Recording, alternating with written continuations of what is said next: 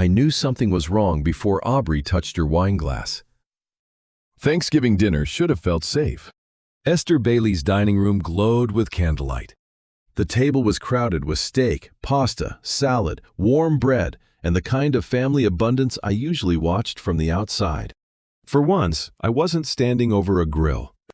I wasn't shouting tickets. I wasn't checking the walk-in cooler or arguing with vendors about wilted herbs. I was sitting at a real table. Aubrey had dragged me here because, according to her, no chef should spend Thanksgiving counting freezer inventory like a haunted accountant. She was right. But she wasn't relaxed. She sat beside me in a modest floral dress, smiling too brightly, shoulders too straight. Her fingers wrapped around the stem of her glass until her knuckles turned white. Her thumbnail pressed into the side of her index finger, right at the joint. I had seen that before. 8 months working with Aubrey Bailey at the Alder had taught me her tells. She was our event director, the woman who could calm an angry bride, redirect a drunk donor, and fix a seating disaster without raising her voice. She smiled when things were bad. She got polite when things were worse. And when she was cornered, she hurt her own finger so no one would notice the fear. Across the table, Esther watched her daughter with quiet eyes. "The steak is wonderful, Callahan," Esther said, "though I imagine it's hard for a chef to eat someone else's cooking without judging every bite." I glanced at the flank steak. The right side had a beautiful crust. The left side had missed heat by maybe 30 seconds. Aubrey noticed me noticing. "It's perfect, Mrs. Bailey," I said. Aubrey lifted one eyebrow. I corrected myself. "It's a perfect family dinner." Esther laughed. "That sounds like a chef avoiding perjury." "I respect the law." Aubrey almost smiled. Almost. Then her thumb dug into her finger again. A candle sputtered beside a white linen napkin with a slightly scorched corner. I picked it up, folded it into a clean square, and set it near Aubrey's wrist. Not touching her. Not asking what was wrong in front of her mother. Just putting one small, ordered thing where her hand could find it. Her eyes dropped to the napkin. Her shoulders lowered by a fraction. That fraction told me enough. She hadn't brought me home only because I needed dinner. She had brought me home because whatever she was carrying had become too heavy to carry alone. The answer came the next Tuesday at 6 in the morning. The kitchen at the Alder was cold enough to make the stainless steel bite. I stood at the prep table with my knife roll open, lining up blades before the first delivery. The kitchen was the only place where my thoughts behaved. Fire had rules. Steel had rules. Food told the truth if you knew how to listen. Then the alley door opened. Wet wind swept across the floor. Aubrey stepped in first, wearing dark slacks, a gray blazer, and the face she used when she had already lost one argument and was being dragged into another. Behind her came Bradley Watson. Bradley was the owner's son and, for the last 3 months, our general manager. He wore expensive suits, cheap confidence, and the expression of a man who thought a restaurant was just a spreadsheet with candles. "Chef Reed," Bradley said, "we're making adjustments to the winter charity gala." I kept mincing shallots. "The menu is locked." "The menu remains." "The suppliers are changing." "We're cutting costs 20%. The knife stopped. I looked at Aubrey. She stared at the floor. Her clipboard was pressed against her chest like armor. "You can't replace suppliers 3 weeks before a 500-guest gala." I said, "Not safely. Not cleanly." Bradley smiled. "We're optimizing." "No. You're gambling with quality and timing." Aubrey assured me she can manage the transition. He turned toward her. The trap opened. Aubrey's jaw tightened. "I said I would review the logistics." "You said you would make it work," Bradley corrected. I set my knife down parallel to the board. "If that event fails," I said, "the charity pulls next year's contract. If they pull the contract, the Alder loses its biggest account." Bradley's smile didn't move. "Then I suggest you make the food excellent. And if the cheap vendors fail, then Aubrey will explain why the event program couldn't adapt." There it was. Not a budget cut. A staged collapse. Aubrey had built the Alders event program from nothing. Bradley couldn't control her competence, so he was building a failure around her signature. He slid a vendor approval document across the prep table. I need this signed today. Aubrey reached for the pen. I put my hand on the paper first. Leave the vendors to me. Bradley gave a short laugh. That isn't your department. Food enters through my loading dock. I check temperature, weight, quality, and safety. If product fails, I reject it. By code, by contract, by the book. His face cooled. You work for this restaurant. Chef. I protect this restaurant. Aubrey finally looked at me. Her eyes held warning. He'll come after you. I gave her the only answer I could without saying it aloud. Let him. Bradley took the paper back, still smiling. If we miss the budget, I'll know exactly who refused to cooperate. When he left, Aubrey stood in the kitchen light, still holding the pen. You shouldn't have done that. He's setting you up. I know. The words came out too quickly. What is he holding over you? Her mouth tightened. My contract renewal. My event bonus. My recommendation letters. If I refuse, he fires me for insubordination. If I sign and the vendors fail, he fires me for incompetence. Work, money, reputation. And if the gala fails, I said, the owner cuts the event program. She nodded. Reduced hours. Maybe layoffs. Not just Aubrey's job. Everyone's livelihood. I picked up my knife again. I'm in because the kitchen is in. This isn't your fight.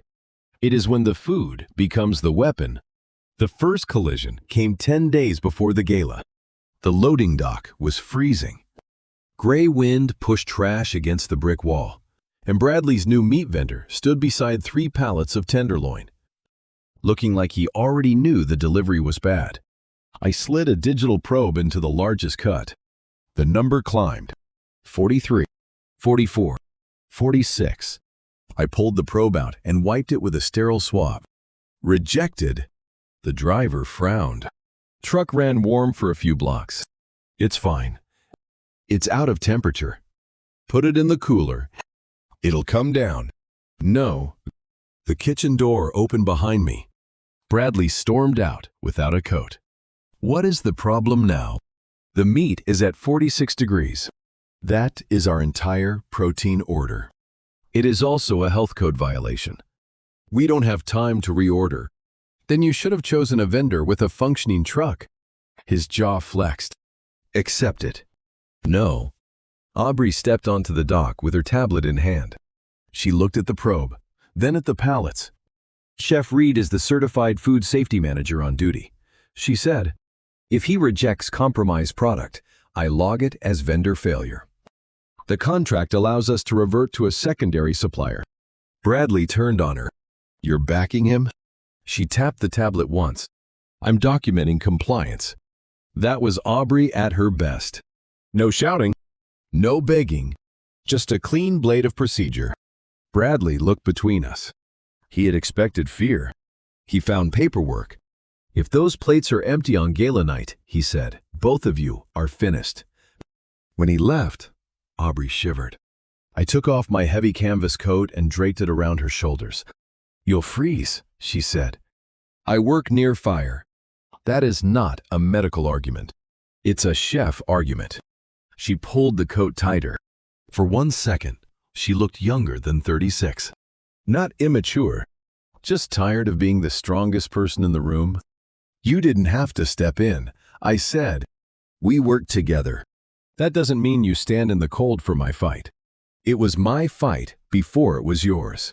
By the end of the week, I had started photographing every delivery seal, every temperature readout, every invoice, every shortage, every substitution Bradley's vendors tried to slip through the dock. Not because I wanted war, because Bradley had already started one, and I refused to fight without receipts. Aubrey noticed on Thursday night. She came into the kitchen after service with coffee in a plastic deli container. She set it beside my cutting board, exactly where my left hand always reached when I was on the line. I looked at it. Cold? Lukewarm? Perfect. She leaned against the prep table. You're logging everything. Yes. For me? For the restaurant. Her eyebrow lifted. I took a drink. Bitter. Old. Perfect. For both. The kitchen had gone quiet around us. Prep cooks had left. The refrigerators hummed. A balsamic reduction bubbled in a saucepan. Aubrey's thumb found her finger. I reached out with the wooden spoon and tapped the back of her hand lightly. Don't lie in my kitchen. She let out a breath that almost broke. Bradley cut server overtime, she said. We'll be understaffed by a third. I turned off the burner. Not product. Labor. He wants the room to fail, she said. Cold food, late plates, angry donors. He doesn't even need to touch the kitchen if he can choke the floor. Then we changed service. She blinked. What? French service for sides. Shared serving by zones. Less travel between kitchen and floor. Fewer servers needed. Her mind shifted. Panic moved aside. Logistics returned. Can the kitchen time that? I'll make it time. That's not an answer. That's the answer I have. She stared at me. Why are you doing this, Callahan? I could have said loyalty, pride, hatred of bad systems, and worse, beef. Instead, I picked up the slightly scorched napkin from the prep table. Esther had sent leftovers wrapped in it after Thanksgiving, and Aubrey had brought it back without realizing the corner was still marked. I folded it once and set it between us. Because I watched you build the event program from nothing, I said. Because no one in this building works harder than you. And because I won't watch a man tear down your name to make his budget look clean. The space between us tightened. I wanted to touch her hand. I didn't. She was cornered. I was her chef. Boundaries mattered most when feelings started pretending to be rescue. Aubrey took the tray from my hand, wrote the batch number on a label, and sealed it herself. Sit, she said. I'm fine. 5 minutes. I almost argued. Then my knees reminded me I had been standing for 14 hours. I sat. She finished the tray, slid it into the rack, and said nothing about the fact that I had listened. That was how trust began between us. Not with speeches. With one person noticing when the other was about to fall and moving the work 2 inches closer. 4 days before the gala, the copy machine told me the rest. I came into the back office to print revised prep schedules. Aubrey's desk was empty. Bradley's office door was cracked open. The copy machine hummed, then pushed out a page someone had forgotten to collect. I should have left it. I didn't. The subject line stopped me. Restructuring plan. Post-gala. The first paragraph blamed anticipated budget overruns on Aubrey's mismanagement of vendor transition. The second paragraph put my name on the same chopping block. Upon termination of event director Aubrey Bailey, we will dissolve the head chef's contract and replace kitchen leadership with a lower-cost operations manager. My fingers went still on the paper.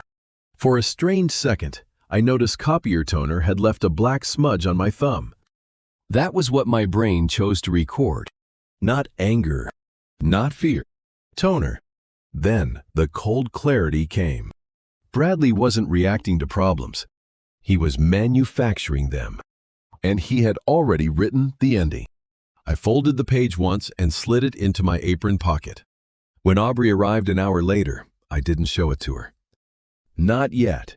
She had 500 guests to carry in her head. Panic would not help her. Proof would. So I built a fortress out of food, logs, signatures, photos, timestamps, and boring documents. Tuesday night, 48 hours before the gala, the lights died. Not flickered. Died. 1 second the kitchen was bright steel and heat. The next, the hood fans fell silent. The walk-in compressors cut out, and emergency lights painted everything sick yellow. Aubrey burst through the swinging doors with a flashlight. Main panel failed, she said. Maintenance says 12 hours minimum. My first thought was the walk-ins. How long before temperature drift? 4 hours. 500 plates worth of prep sat behind those cooler doors. The gala would die in the dark if we lost it. I wiped my hands once and started moving. Rent a refrigerated box truck.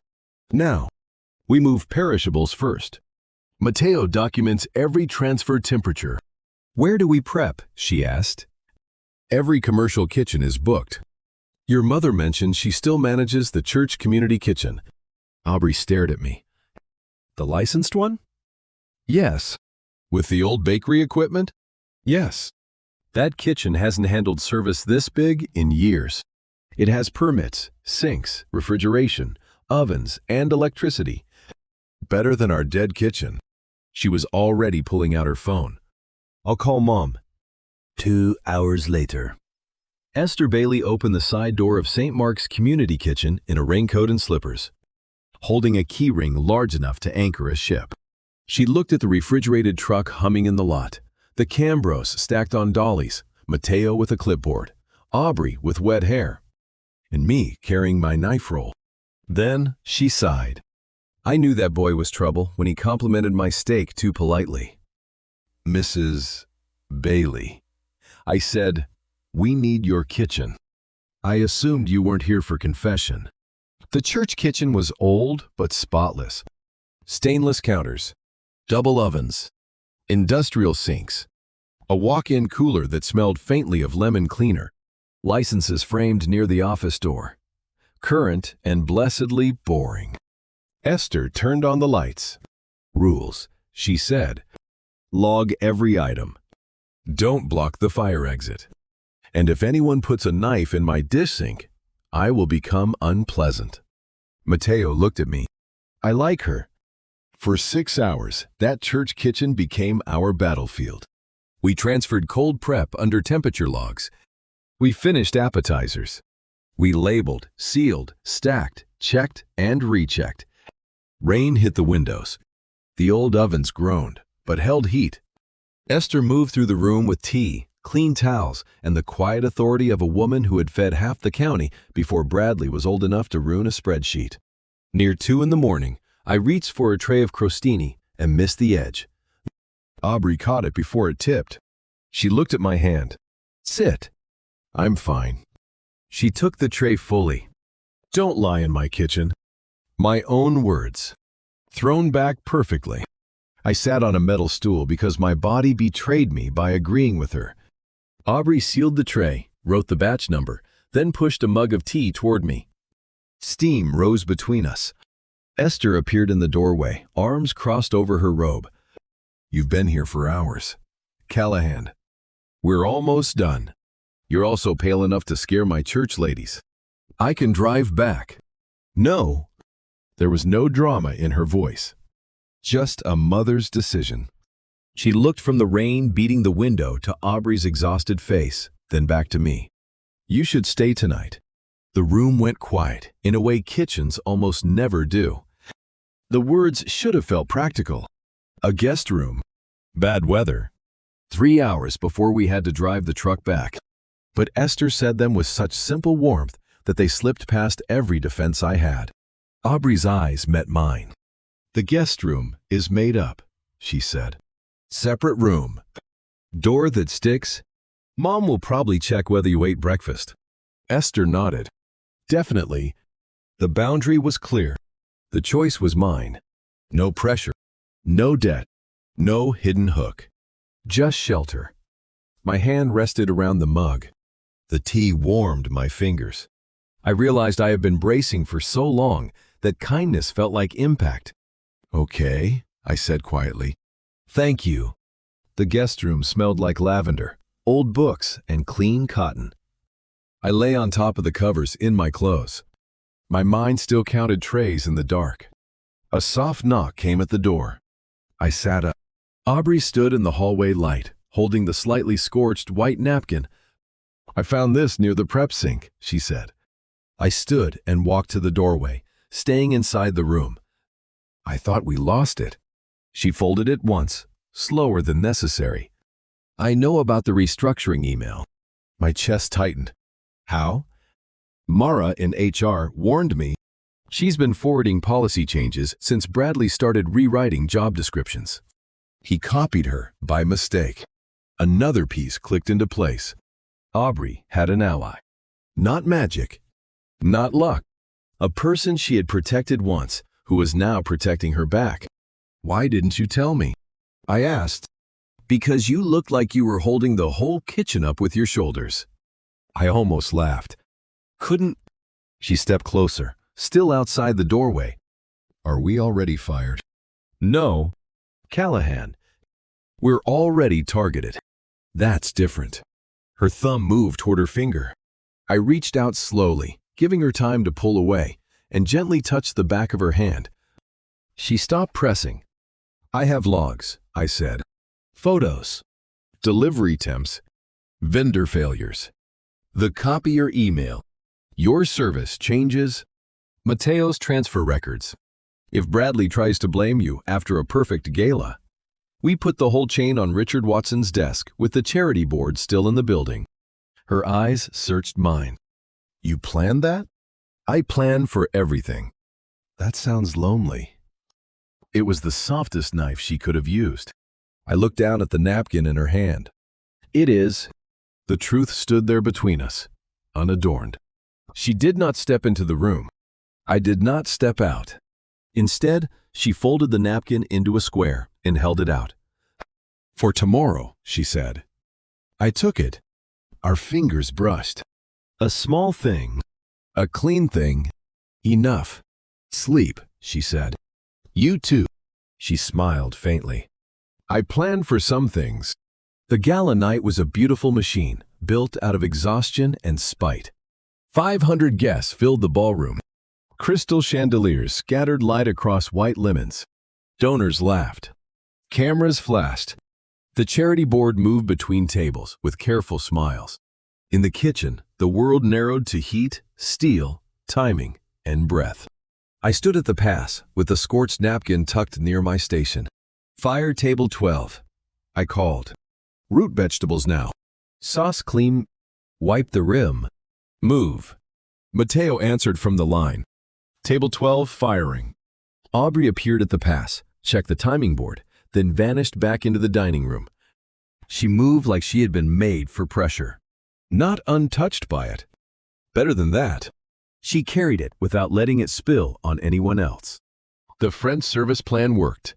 Servers moved in zones. Sides landed hot. Plates stayed clean. Donors got their speeches, their wine, their perfect tenderloin, and no idea how close the entire event had come to dying in a dark kitchen. By 9:30, the last dessert plate cleared the pass. For 3 seconds, the kitchen cheered. Then Bradley entered. He didn't look like a man whose gala had succeeded. He looked furious. Chef Reed. Aubrey. My office. Now. Aubrey stepped beside me before I could turn. Not behind me. Beside me. Good. Richard Watson, the owner, sat behind the office desk when we arrived. Bradley stood near him with a folder already open. That was when I knew. He had not waited to see if the event failed. The story was written either way. Bradley began before anyone sat. Dad, tonight's service survived only because staff ignored cost control measures. The vendor transition was mismanaged, overtime was mishandled, and Chef Reed repeatedly acted outside operational authority. Aubrey should be terminated immediately, and we should dissolve Callahan's contract. Richard looked tired. Aubrey, he said, is that accurate? Before she spoke, I placed my folder on the desk. No. Bradley snapped. This is not your... I opened the folder. The first tab is the rejected meat delivery. Temperature logs show 46 degrees at receiving. Legal limit is 41. Photos and driver signature included. Richard reached for the papers. The second tab shows produce short weights from Bradley's replacement supplier. 40% under order. The third shows server overtime cuts sent after final staffing approval, forcing Aubrey to redesign service to prevent failure. Bradley's face changed. Not enough for an untrained eye. Enough for mine. The fourth tab shows transfer logs from St. Mark's licensed community kitchen after the Alder's main panel failed. Every item moved under temperature control. Mateo signed each line. Esther Bailey countersigned as facility manager. Richard looked up. Facility manager? Aubrey spoke then. My mother has managed that permitted kitchen for 15 years. We used it because our kitchen lost power and Bradley refused to authorize an emergency rental. I never refused, Bradley said quickly. Aubrey placed her tablet on the desk. Your text at 6:42 p.m. No outside rental. Make existing resources work. Silence. Then I slid the final page forward. And this is the restructuring plan Bradley left on the office copier 4 days ago. It blamed budget overruns on Aubrey before the gala occurred and proposed replacing both of us after an event he was actively undermining. Richard read. The room went still. Bradley pointed at me. He stole internal documents. Mara in HR preserved that document after receiving it in a copied policy packet. Aubrey said, she is prepared to confirm chain of custody. Richard removed his glasses. Bradley. Dad, they're manipulating you. Richard's voice dropped. No. They fed 500 guests safely after you compromised suppliers, cut labor, blocked emergency resources, and documented your intention to blame them for the result. Bradley's face drained. You can't take their side over mine. I'm taking the restaurant side. Richard said, leave the building. We'll discuss your future with counsel tomorrow. Bradley stared at Aubrey. For once, she did not press her thumb into her finger. She looked back at him with calm, exhausted clarity. You tried to make me look careless, she said. But I kept the room standing. Then she turned to Richard. And my team kept the guests safe. My team. Not his. Not mine. Ours. Bradley left without another word. The office door closed. Richard sat back, suddenly older than he had looked 10 minutes before. I owe you both an apology, he said. Aubrey, your position is safe. Your event program gets its full budget and a raise. Chef Reed, you have final approval over all food vendors. No exceptions. Aubrey nodded. Thank you. I nodded too. Then I looked at the clock. We still have a kitchen to break down. 2 hours later, the Alder was quiet. The ballroom had emptied. The kitchen had been scrubbed down. The last pan dried on the rack. The air smelled like sanitizer, extinguished candles, and tired victory. I stood by the back door with my coat over my arm and my knife roll on my shoulder. Aubrey came from the office with her purse and the scorched napkin folded in her hand. You kept everything, she said. The logs? The proof? The timing? The people? I kept what mattered. She stopped a foot away. And what matters now? That question landed harder than the whole night. Because the crisis was over, the safe thing would have been to step back. To pretend the last 6 weeks had only been pressure, teamwork, and adrenaline. Aubrey didn't let me. She held out the napkin. Then she reached for my hand. Slowly, giving me room to step away. I didn't. Her fingers laced with mine. I looked down at our hands, then at the scrubbed steel counters, and for once, I didn't reach for another task. Let me drive you home, she said. I can drive. I know. Her thumb brushed once over my knuckle. I'm offering. That was different. So I let her. Months later, snow fell outside the Alder's front windows. The dining room was full. Candles glowed on every table. Silverware rang softly. The kitchen moved with controlled rhythm behind me. I stood at the pass, wiping the rim of a plate, watching Aubrey command the room. She was radiant in the way competent women are when no one is standing on their throat. Confident, clear, laughing with a regular guest one moment, redirecting a server the next, catching a seating issue before it became a scene. Richard trusted her completely now. The event program had doubled. Bradley was gone. Mara in HR had been promoted. Mateo still claimed emotional overtime whenever I smiled. Aubrey caught my eye across the room. She lifted a slightly scorched white linen napkin, folded it into a perfect square, and tucked it into her blazer pocket. A private signal. A promise kept. She came to the pass and leaned close enough to speak under the sound of service. "My mother expects us Sunday," she said. "She says if you bring knives to dinner again, she's hiding them." I brought one knife one time. "You brought a knife roll?" That was professional caution. That was emotional support cutlery. I almost smiled. Then did. She saw it and softened. She also said you should stay after dinner if the roads are bad.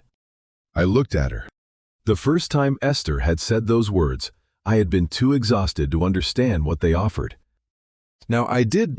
Not a bed. Not temptation. A place. A family table. A door that opened. A life where I did not have to stand alone to prove I was strong. "I'll bring wine," I said. "No knives?" Good answer.